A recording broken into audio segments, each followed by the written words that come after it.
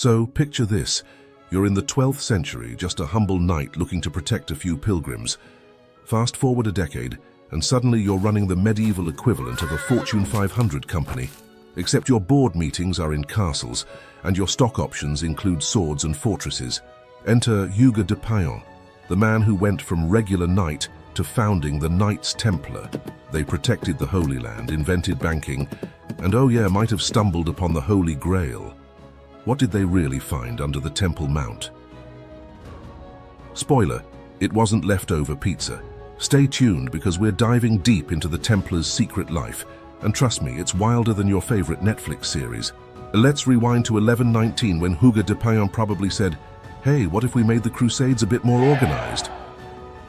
Together with 8 buddies, yes, 8, they formed the Knights Templar. Their mission, protect pilgrims.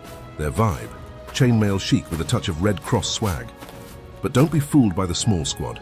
These guys were like the Avengers of medieval Europe, minus the capes. They took vows of poverty but somehow ended up owning more property than half of Europe.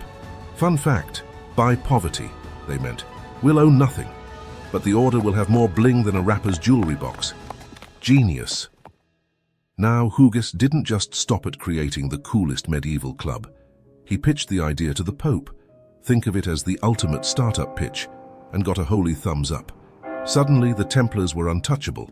They created the first banking system, which meant you could deposit your gold in Paris and withdraw it in Jerusalem. Medieval Venmo, anyone? They also became the most feared military force in Christendom. Picture this.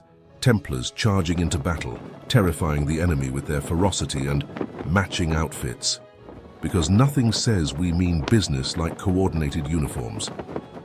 The Holy Grail, because no Templar story is complete without a little Indiana Jones energy. Legend has it, the Templars discovered the Grail during their time in Jerusalem. But let's be real. If they actually had a cup that grants eternal life, don't you think they'd still be around today? Either they lost it, or someone spilled coffee in it, and that's just tragic. What's more likely is that they found ancient scrolls under the Temple Mount.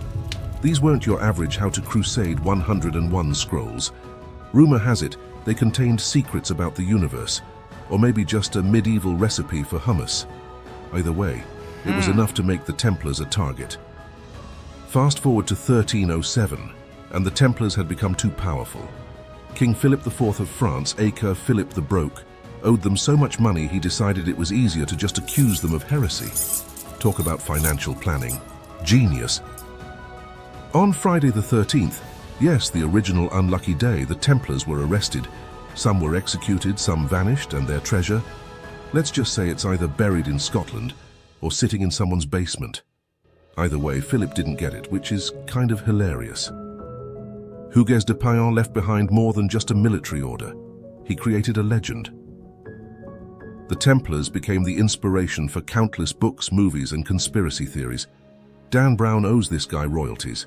And while the Grail might never be found, the Templars' real legacy is proving that a good brand, a solid mission, and a little bit of mystery can make you immortal. So, what do you think? Were the Templars secret keepers, treasure hunters, or just really smart real estate investors? Let us know in the comments, and don't forget to subscribe for more history, served with a twist.